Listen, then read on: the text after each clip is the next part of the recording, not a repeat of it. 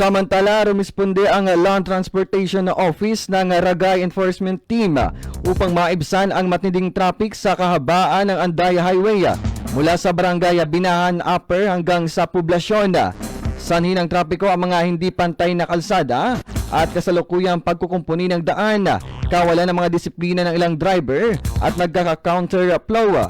Agad na nag-issue ng citation tickets ang mga enforcer sa mga lumalabag na partikular na sa mga nagka-counterflow.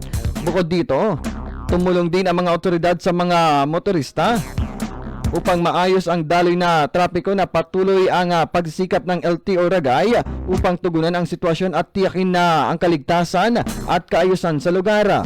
Samantala, mananatilian niya na aktibo ang enforcement team sa pagpapatupad ng batas trapiko para sa mas maayos na biyahe sa lugar.